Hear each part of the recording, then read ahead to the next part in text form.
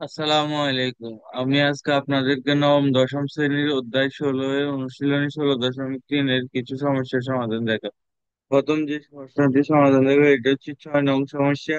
সেখানে বলা আছে একটি বৃত্তাকার পার্কের ব্যাস হচ্ছে যে 26 মিটার। এই ধরনের একটা বৃত্তাকার পার্ক,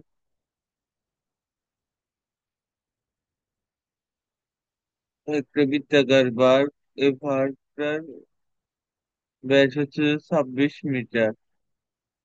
তারপরে বলা আছে পর্যট পার্কটিকে বেষ্টন করে বাইরে 2 মিটার প্রশস্ত পথ আছে।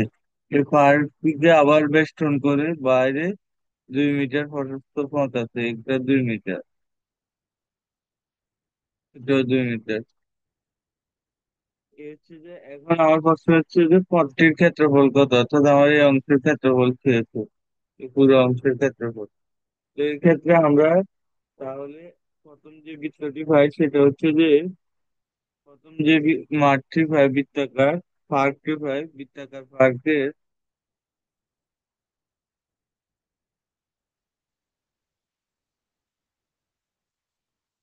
পার্কের ব্যাস সমান আমার কাছে দেওয়া আছে 26 মিটার। তো সুতরাং আমার ব্যাসার্ধ হবে বৃত্তাকার পার্কের ব্যাসার্ধ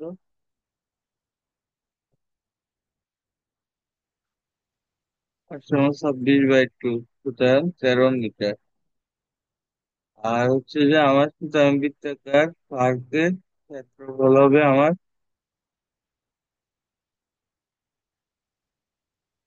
πr²।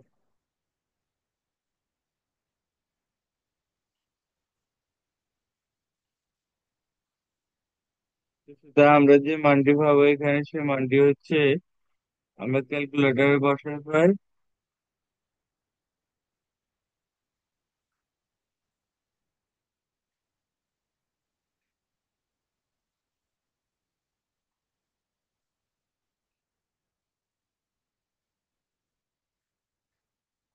68.93 বর্গ মিটার বা মিটার স্কোয়ার। এখন যেহেতু আমার এখানে 2 মিটার বাড়ছে, তাহলে আমার 500 বৃত্তাকার পার্কের ব্যাসার্ধ হবে, 500 বৃত্তাকার পার্কের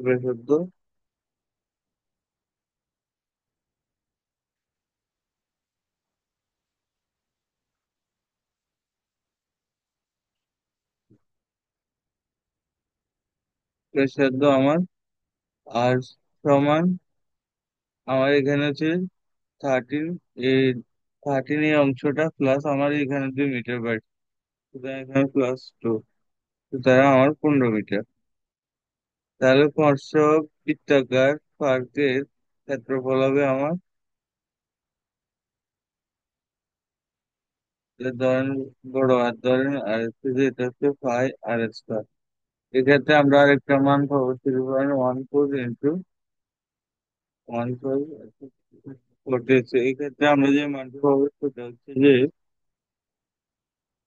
706। ক্যালকুলেটর মানটা বসাইলে আমরা হচ্ছে 86 বর্গ মিটার বা মিটার স্কোয়ার। এটাকে আমরা A1 ধরি আর এটাকে আমরা A2 ধরি। এবং কি এই অংশ থেকে এই পুরো অংশ থেকে যদি এই পুরো অংশের ক্ষেত্রফল বার করছি সেটা হচ্ছে যে 730। এমনকি এই মাঝখানের অংশের ক্ষেত্রফল বার করছি সেটা হচ্ছে যে 530। তাহলে পুরো অংশ থেকে মাঝখানের অংশ বাদ দিলে আমার পথের ক্ষেত্রফল বের হয়ে যায়। সুতরাং পথের ক্ষেত্রফল সমান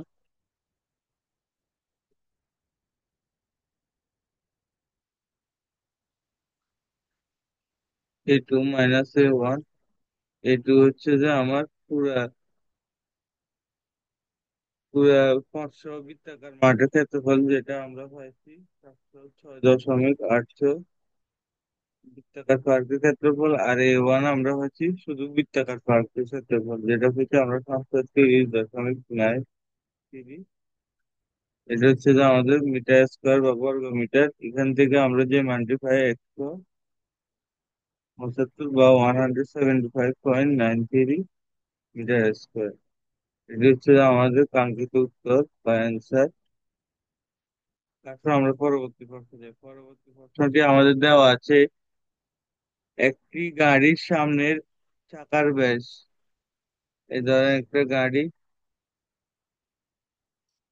এই গাড়ির দুইটা চাকা দেওয়া আছে। এখন আমার বলা হয়েছে যে এই সামনের চাকার ব্যাস 28 সেন্টিমিটার, ধরেন এটার ব্যাস হচ্ছে যে 28 সেন্টিমিটার। তারপর হচ্ছে যে এবং কি পিছনের চাকার ব্যাস, এবং কি পিছনের চাকার ব্যাস ধরেন 35 সেন্টিমিটার দেওয়া আছে। তাহলে আমার 88 মিটার পথ, আমার 88 মিটার পথ সামনে যেতে পিছনের চাকা অপেক্ষা কত, সামনের পথ যেতে সামনের চাকা পিছনের চাকা অপেক্ষা কতবার ঘুরতে হবে, অর্থাৎ কোন চাকা কতবার ঘুরতে হবে এই ক্ষেত্রে আমাদের চাকার পরিধি বের করতে। তাহলে আমার গাড়ির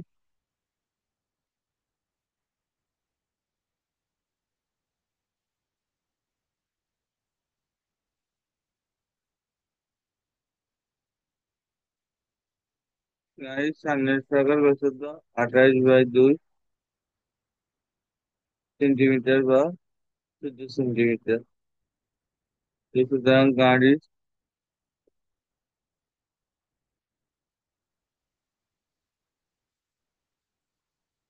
পেছনের চাকার ব্যাসার্ধ হবে,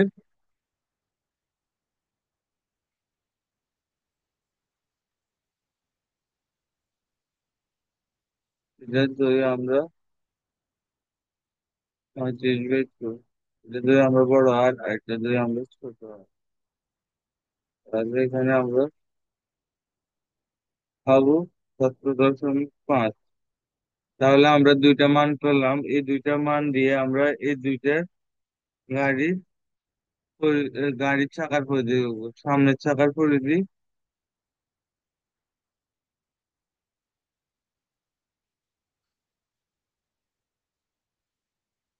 সামনের চাকার পরিধি একটা পাবো, আবার আমরা পিছনের চাকার পরিধি আরেকটা পাবো।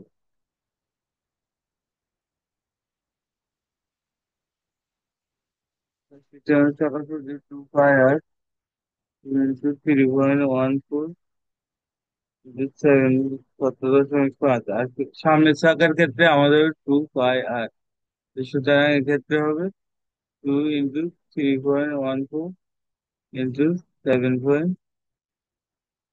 এই অঙ্কটি আমার আর লাগবে 7। তাহলে এখানে আমার 14 হবে। তো সুতরাং এটা যদি আমরা বের করি তাহলে আমরা পাবো 87 বা 87.96 সেন্টিমিটার। সুতরাং এখানে আমার দেওয়া আছে 109.95 সেন্টিমিটার। এই দুটো মান পাওয়ার পরে আমরা এবার চাকা কতবার ঘুরবে তাহলে সেটা বার করবো। আমাদের হচ্ছে 88 মিটার পথ, 88 মিটার পথ সমান 88 মিটার ইন্টু 100, সুতরাং 8800 সেন্টিমিটার। আমরা মিটার থেকে সেন্টিমিটারে কনভার্ট করে নিচ্ছি, কারণ হচ্ছে যে আমার এখানে এগুলো সেন্টিমিটার রয়েছে আমার চাকার পরিধি। তাহলে এবারই 88 মিটার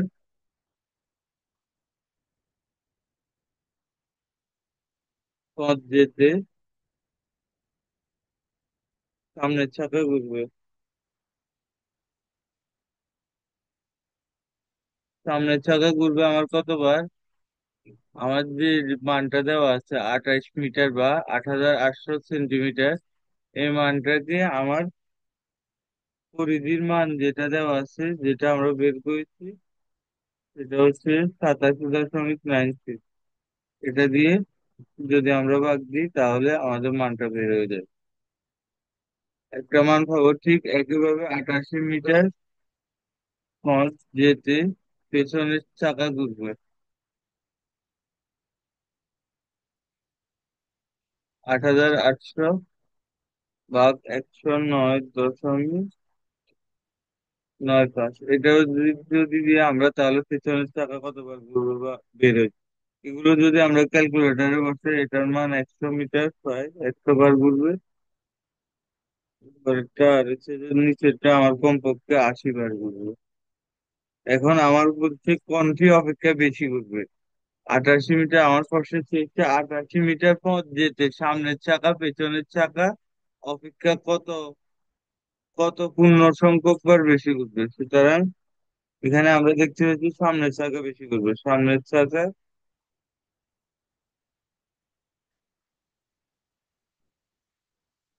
অপেক্ষাকৃত বেশি ঘুরবে 20 বার, যেটা আমরা মুখে মুখে বলে দিতে পারছি।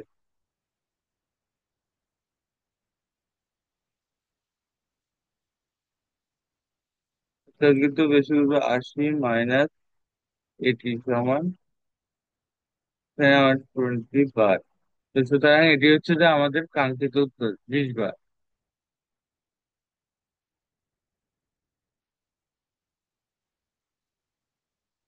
এরপরে আমার যে প্রশ্নটি সেটা হচ্ছে একটি বৃত্তের পরিধি দেওয়া আছে। এই ধরো আমার একটা বৃত্তের পরিধি দেওয়া আছে 220 মিটার। বৃত্তে অন্তর্লিখিত বর্গক্ষেত্রে বাহুর দৈর্ঘ্য নির্ণয় করে। বৃত্তে আমার একটা অন্তর্লিখিত বাহু আছে। এ বৃত্তে অন্তর্লিখিত বর্গক্ষেত্রের বাহুর দৈর্ঘ্য নির্ণয় করে। এই বৃত্তে আমার অন্তর্লিখিত একটি বর্গ আছে।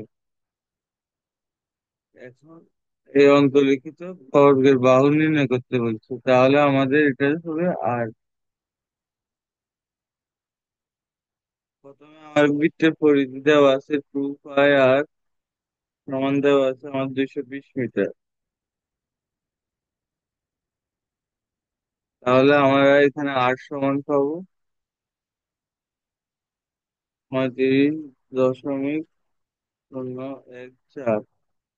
এখানে আমরা চাইলে আরো একটা লাইন বাড়তে পারি, 220/2। তাই এত মিটার আমরা পেলাম। এটা হচ্ছে যে আমাদের বৃত্তের ব্যাসার্ধ আর। আমরা কি পাবো, আমরা যদি বৃত্তের ব্যাসার্ধ আর হয় এটা সমকোণী ত্রিভুজ, এখানে একটা ত্রিভুজ হবে আমার অর্থাৎ এটাও বৃত্তের বাহু, এটাও বৃত্তের বাহু, অর্থাৎ এটাও বৃত্তের বাহু, এটাও বৃত্তের বাহু, আর হচ্ছে এটা। তো সুতরাং আমরা এখানে পিথাগোরাস অনুসারে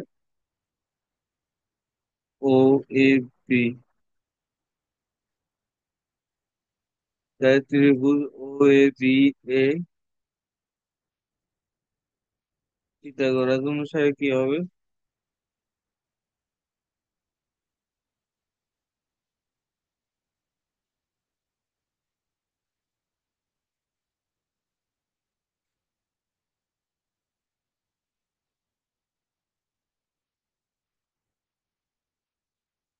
ও স্কোয়ার সমান A B square plus O square. O square হচ্ছে আমার অতিভুজ প্লাস ও বি স্কোয়ার।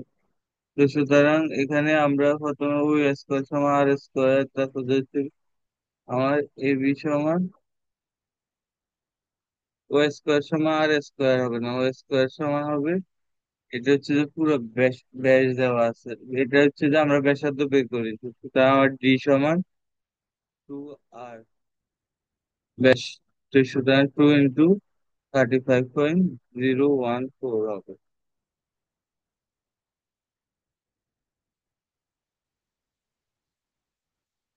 তো সুতরাং এখানে আমরা পাবো 70.028। সুতরাং আমার ডি স্কোয়ার হবে, এটা ডায়ামিটার বা ব্যাসার্ধ, আর এখানে হবে a square plus a square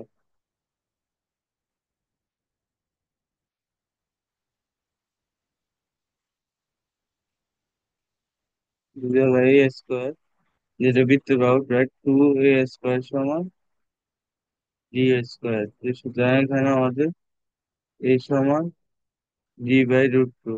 এখানে ডি সমান আমরা পাবো 70.08/√2।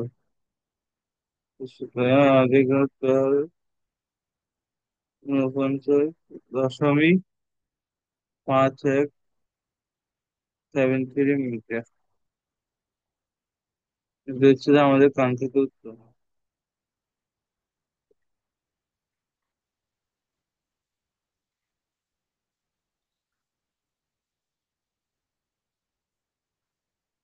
তার 9 নম্বর প্রশ্নে যেখানে বলা হয়েছে যে একটি বৃত্তের পরিধি সমবাহু ত্রিভুজের আমরা কত কত নং করছি? 8 করছি, তারপর আর 7 করছি, 6 করছি। এখন আমরা 9 নং প্রশ্নে যাব।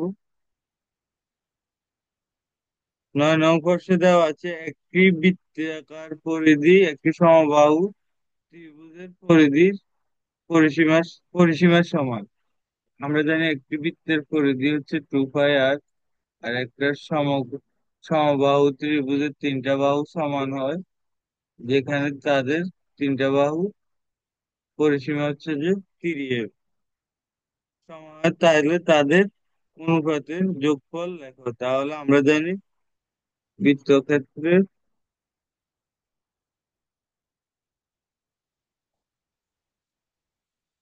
বৃত্তক্ষেত্রের ক্ষেত্রফল সমান আমার হবে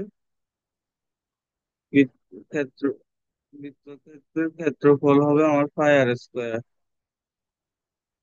আর বৃত্তক্ষেত্রের পরিধি হবে আমার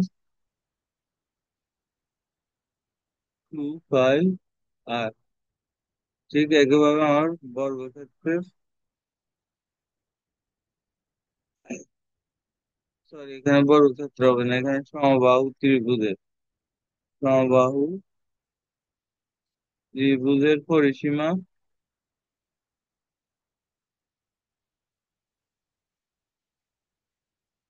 সমবাহু ত্রিভুজের পরিসীমা হবে আমার 3a। অঙ্কি সমবাহু ত্রিভুজের ক্ষেত্রফল আমরা যেটা জানি সেটা হচ্ছে যে √3/4a²।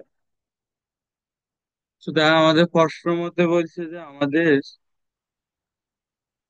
প্রশ্ন মতে দেওয়া আছে যে 3a = 2 পাই আর, অর্থাৎ তাদের পরিসীমার সমান। তো সুতরাং আমরা এখানে a সমান লিখতে পারি 2 পাই আর/3। তাহলে এরপরে আমাদের ক্ষেত্রফলের অনুপাত বের করতে বলছে। এখানে এই যে দেখো, এখানে বলেছে যে আমার এদের ক্ষেত্রফলের অনুপাত বের করা, অর্থাৎ সমবাহু ত্রিভুজ এবং কি বৃত্তা বৃত্তের ক্ষেত্রফলের অনুপাত বের করতে বলছে। তাহলে আমার অনুপাতটা আমি কিভাবে বার করবো? বৃত্তের ক্ষেত্রফলের ক্ষেত্রফল অনুপাত সমবাহু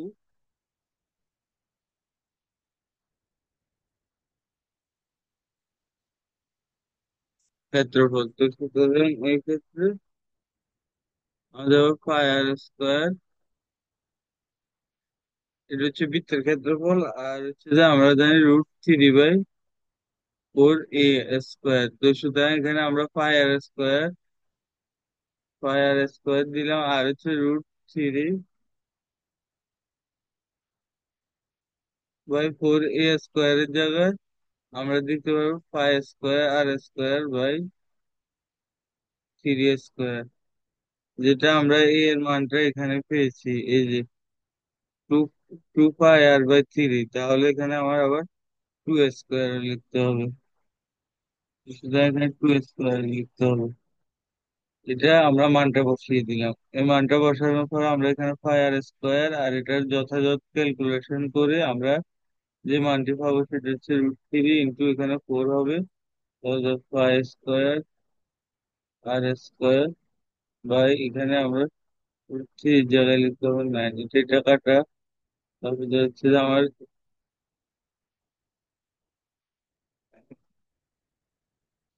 তারপর যে হচ্ছে যে আমার আর স্কোয়ার কাটা, আর এখানে আর শুধু পাই থাকবে। এখানে 1:√3 5/9। এই ক্ষেত্রে আমরা আরো যদি সুন্দর করে গুছাই লিখি 1:√3, তাহলে আমরা এটাকে কি কি লিখতে পারি? √3/3 লিখতে পারি। আর এই 3 × 3 কে আমরা কি লিখতে পারি? 1:√3 পাই। আমরা জানি এটাকে আরো লিখতে পারি আমরা √3² সমান 3, আর হচ্ছে 3। এটাকে আমরা আরো সুন্দর করে লিখতে 1:√3 পাই ইন্টু √3 × √3 × 3। সুতরাং √3 কাটা, আমার এখানে আর বাকি থাকতেছে 5/1:5/3√3। সুতরাং 3√3 আমার সামনে চলে এসেছে, 3√3/5। সুতরাং আমাদের কাঙ্ক্ষিত উত্তর হবে এটা। অ্যান্সার হচ্ছে যে আমার 3√3/5।